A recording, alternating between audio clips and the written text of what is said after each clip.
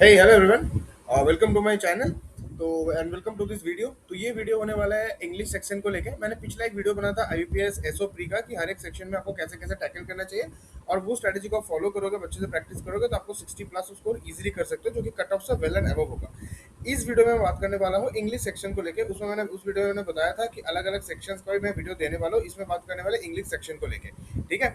तो अभी मैं बताऊंगा मेरा सोर्सेज क्या है, मैंने कौन सा सोर्सेज फॉलो किया था और मुझे कितने मार्क्स आए थे। 2023 में जो मेरा पहला अटेम्प्ट था मुझे 18 आया था, एंड 2024 में मुझे 2175 आया था।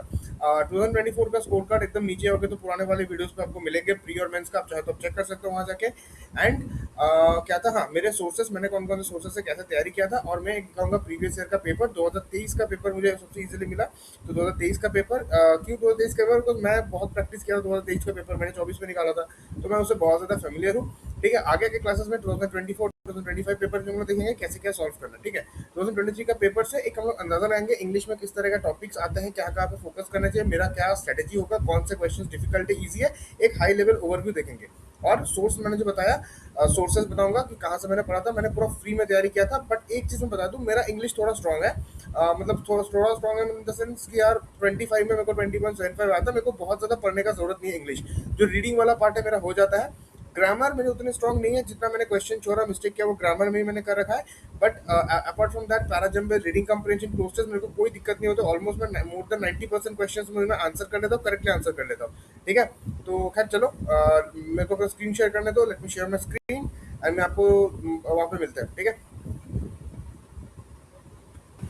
तो चलिए हम देखते हैं। होपफुली मेरा स्क्रीन विजिबल है आप सभी को। ठीक है।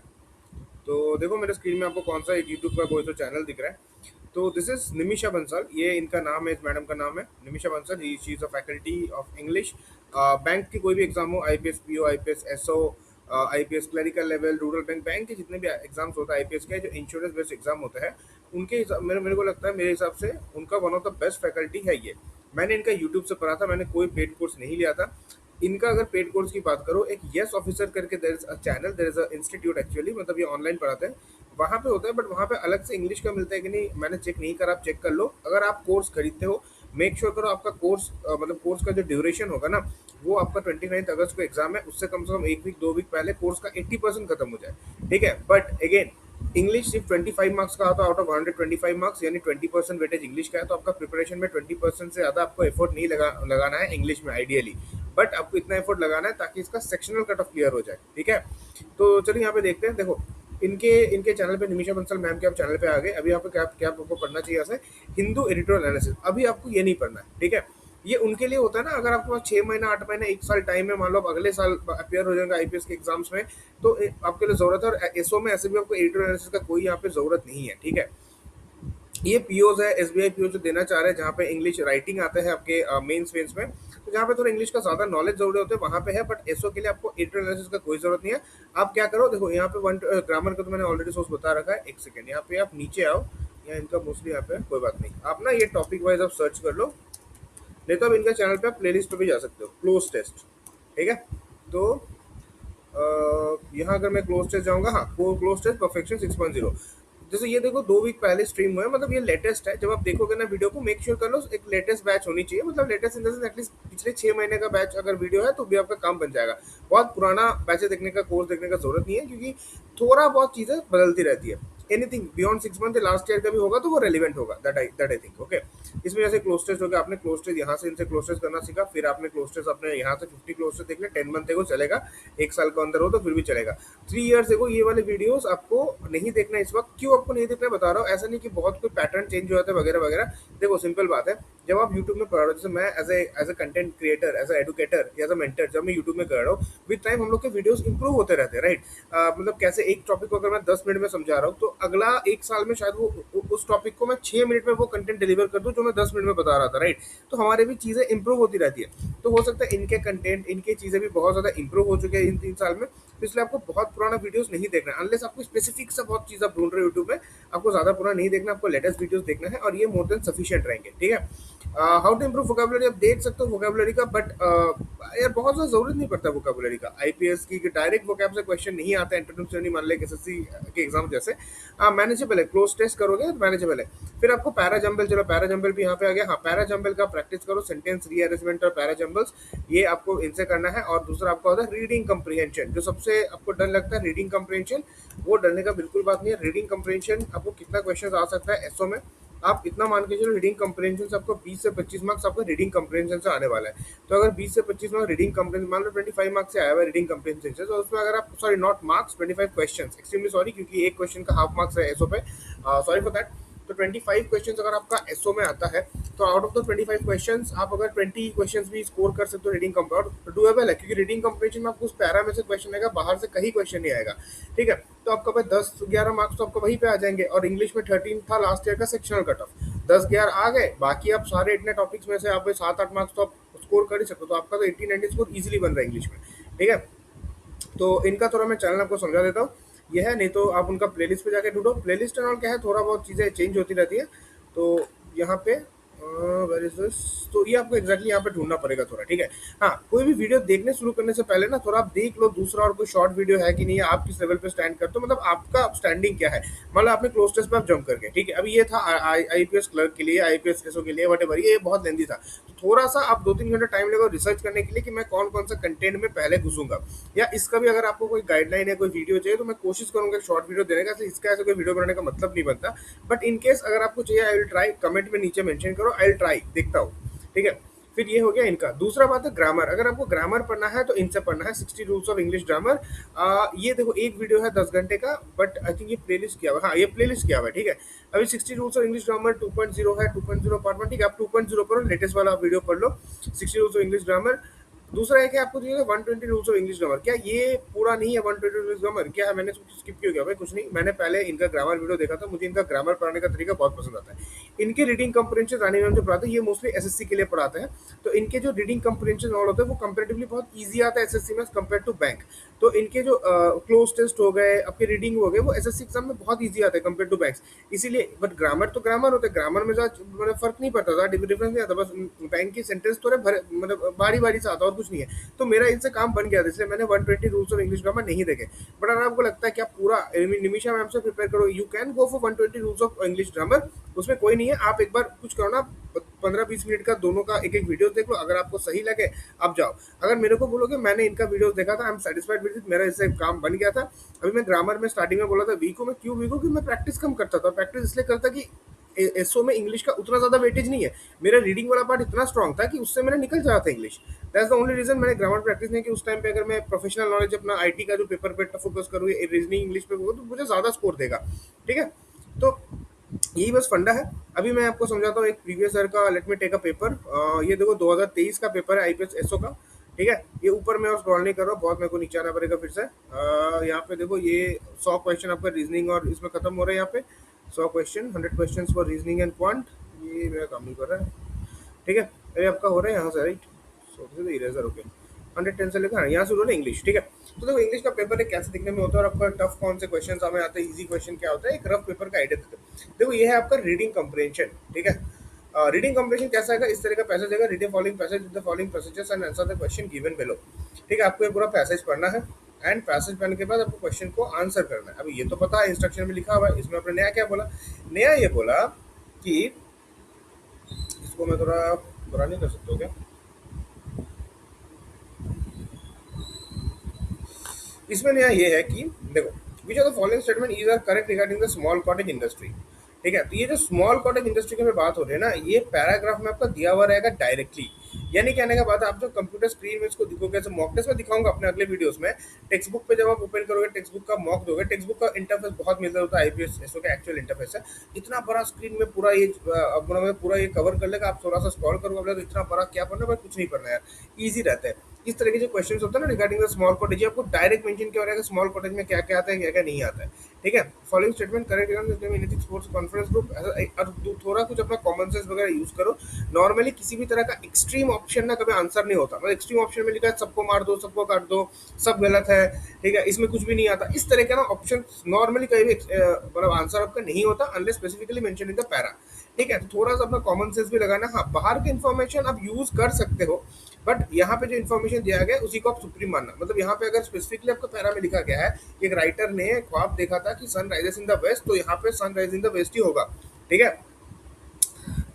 So this is these are the questions मैं दिखाने वाला हूँ। आपका टफ और इजी क्वेश्चंस कौन सा होता है। How many relationship hurdles have been discussed with author in the passage, ये भी आपको दिया हुआ रहेगा। नंबर तो नहीं देगा, पैसेज में क्या होगा, these are the following author things that these are the relationship hurdle, ऐसे यहाँ पे 4 या 3 या 4 whatever is the correct, he will have mention talked about those relationship hurdle.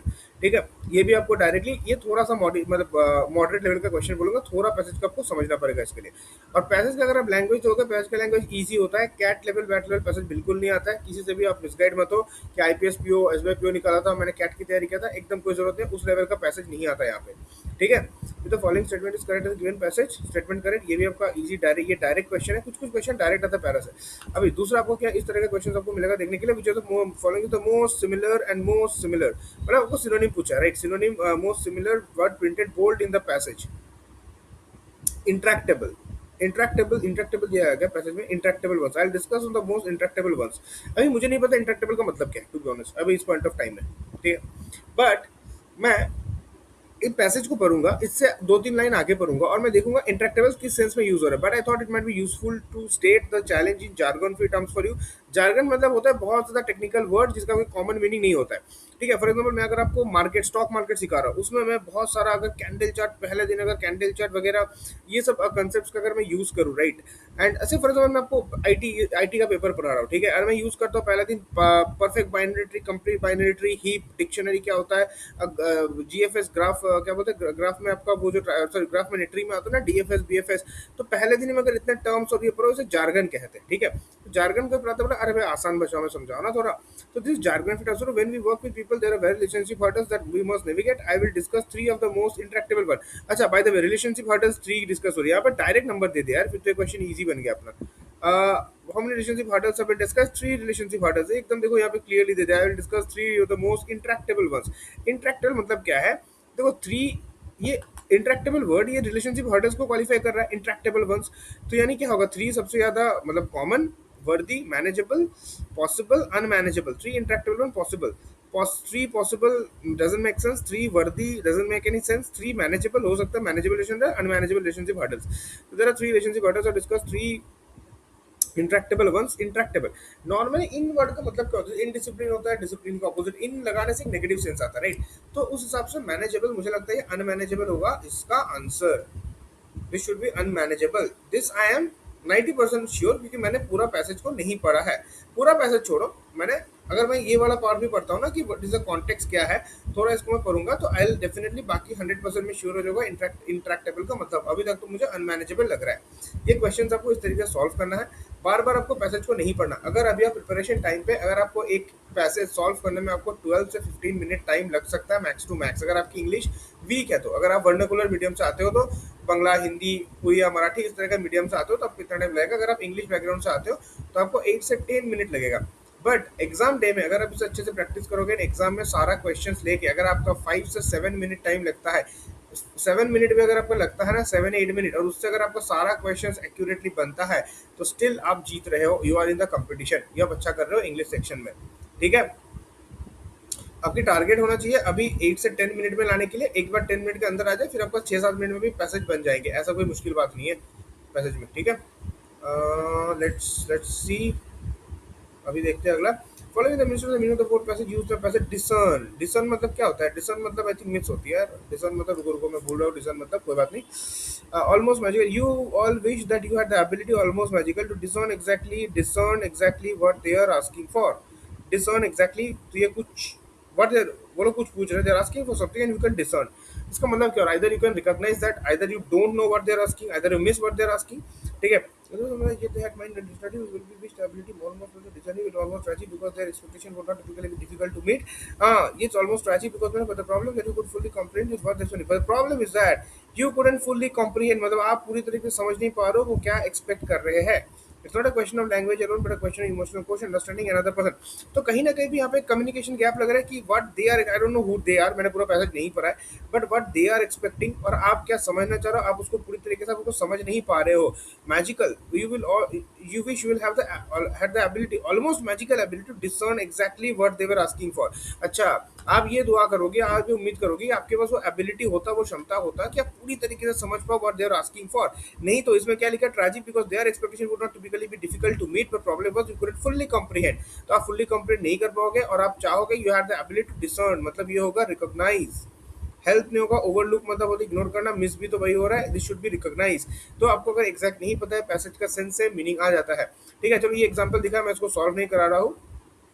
दूसरा भाई आता है और जैसे कॉम्प्लेक्सिटी, इसमें होता है एरर। ये प्योर ग्रामर बेस्ड क्वेश्चन है, ये आपका ग्रामर है, ग्रामर बेस्ड क्वेश्चन है। 1 2 3 3 सबका सब ग्रामर बेस्ड क्वेश्चन हो गया। ये क्लोज टेस्ट आता है, मैंने सोचा 4 वर्ड सेकंड 5 वर्ड, ये क्लोज टेस्ट हो गया। ये आपको करना पड़ना है, निमिषा मैम से करना है क्लोज टेस्ट। ठीक है, दिस विल ये भी उनका हो जाएगा। Also the dash of victory, हाँ इसमें क्या पूछा, 4 words again which can fit into sentences, 5 words well combination, you have the combination with the correct set of words which can correlate fit to given set, also the dash of devices, also the inclusiveness we have to realize in consistent usage by individuals, also the effectiveness, aptness, effectiveness मतलब होती है, inclusiveness नहीं होगा यार। inclusiveness मतलब क्या होता है, inclusive मतलब होता है जब हम सबको लेके चलते हैं, राइट, मतलब सबको लेके सबको मिला के, जैसे we are inclusive of all kind of community, तो हम सब तरह के जेंडर हो गया, आपका कास्ट हो गया, एनीथिंग, तो इसे इंक्लूसिविटी बोलते हैं, right, when we think of everyone, disabled persons के लिए। Okay, effectiveness is a word, effectiveness तो वन वर्ड होगा फॉर श्योर। एफिशिएंसी नहीं होगा, एप्टनेस होगा। एप्ट मतलब होता है सटीक, इट्स एप्ट, कहते हैं ना apt reply. So aptness and effectiveness इसका होगा आंसर। इधर क्वेश्चन आपको इसमें दो आंसर निकाला। हाँ, ये क्लोज टेस्ट का एक दूसरा मतलब एक ऐसे different pattern of cloze test, ये आपको क्लोज टेस्ट से आने वाला है। Dehydration is a common cause. अच्छा बाय द वे, इसको डेवलप करने का तरीका क्या है, ये जो ऑप्शन है इसको डेवलप करने का तरीका क्या है कि एप्टनेस मतलब क्या समझना है, इज द रीडिंग। अभी एडिटोरियल एनालिसिस करने की जरूरत है, रीड करो, न्यूज़पेपर वगैरह आर्टिकल इंग्लिश में रीड करो, कहाँ से रीड करना, निमिषा मैम से कांटेक्ट करो, वो बता देंगे आपको। ठीक है, नहीं तो आप जो कॉम्प्रिहेंशन आते हैं ना, रीडिंग कॉम्प्रिहेंशन, आप वो रीड करते रहो, उससे आपका रीडिंग कॉम्प्रिहेंशन में तो फायदा होगा, दूसरा आपको ये जो वर्ड्स है इसमें भी आपको फायदा होगा। ठीक है, this is how a question again फिर से आ गया आपका। देखो ये पूरा प्योरली एनालिटिकल पैसेज है, नंबर बेस्ड का पैसेज। जेएनएस जो एनएसओ नेशनल सर्टिफिकेट ऑपरेशन 13.5%, आपको देखना ये नंबर से डायरेक्ट डायरेक्ट क्वेश्चंस आएंगे। ठीक है, 24.6%, 12.3%, and this got declares capital formation. Option देखने में भारी इसलिए लग रहा है कि भाई ये ऐसे 4 लाइन चला है, ये ऐसे सीधा रहेगा आपका एग्जाम में इंफ्रा में, तो ऐसे एक लाइन का ये ऑप्शन है। ठीक है, तो इस सबको देख के अभी डरना मत प्रिपरेशन फेज में। डायरेक्शन ये हो गया cloze test. Cloze test exactly इसी पैटर्न में आते हैं क्लोज टेस्ट। ये एकदम टिपिकल क्लोज टेस्ट है and these are very highly scoring in the cloze test. इसमें क्या बोल रहा है, क्वेश्चन टू वर्ड में भी वर्ड को इंटरचेंज करना है, मतलब ए आ गया यहाँ पे, देखो ये वर्ड है ए, ये वर्ड है बी, हो सकता है कि ए और बी गलत पोजिशन पे आपको उसे इंटरचेंज करना पड़ेगा। अगर कोई इंटरचेंज नहीं करना है तो नो इंटरचेंज रिकॉर्ड आपका आंसर होगा। ठीक है, इससे क्या ग्रामर, अभी देखो इसको पता करने का, इसको सॉल्व करने का दो तरीके, एक होता है ग्रामर, दूसरा होता है इसका मीनिंग या सेंस या इसका context. Context meaning sense works better than grammar. ठीक है, क्योंकि दोनों वर्ड अगर ग्रामेटिकली सटीक होंगे तो कॉन्टेक्स्ट और मीनिंग में आप फिर आपको हेल्प लेना ही पड़ेगा। द प्रोफाउंड साइंटिस्ट, प्रोफाउंड मतलब होता है बहुत ज्यादा, तो नहीं होता। इंक्विजिटिव साइंटिस्ट, इंक्विजिटिव मतलब होता है क्यूरियस, जो बहुत ज्यादा क्यूरियस रहता है। The inquisitive scientist conducted ground breaking research, ये करेक्ट है, to uncover fascinating mysteries of the profound mysteries of the universe, revealing mysteries profound यहाँ आएगा, profound mysteries, to uncover profound mysteries of the universe, revealing fascinating discoveries, यानी ए के साथ सी का बदली हो रही है, ए और सी होगा यहाँ पे। ठीक है, the chosen student worked with the relentless determination to achieve remarkable success in his ambitious field। the chosen student क्या हो गया, relentless worked with ambitious to achieve remarkable success, तो सही है। इन हिज चोजन फील्ड होगा। The ambitious student, ambitious और chosen, देखो ambitious मतलब क्या होता है, एम्बिशन, एम्बिशियस स्टूडेंट आपका बहुत ज्यादा एम्बिशन है, आपका एम्बिशन है कि आपको ऐसो क्रैक करना है, तो ये हो गया एम्बिशन, आपका एम क्या है, एम्बिशन होगा। Ambition student work with relentless determination, बहुत मेहनत की, कड़ी मेहनत की इसने, to achieve remarkable success in his chosen field. आपने जो फील्ड चूज किया, आपने फील्ड चूज किया है SOIT देने का, और आपने इसमें रिलेंटलेस मेहनत किया है। एम्बिशियस हो, ambitious student work with determination to achieve remarkable field in success, तो ए के साथ किसका हो रहा है, यहाँ पे डी का इंटरचेंज हो रहा है। इस तरीके से सॉल्व करना with help of context and meaning. ठीक है, ये फिर किस तरह के क्वेश्चन आते हैं, choose option use the word incorrect in. हाँ देखो, एक वर्ड है अंडरटेक।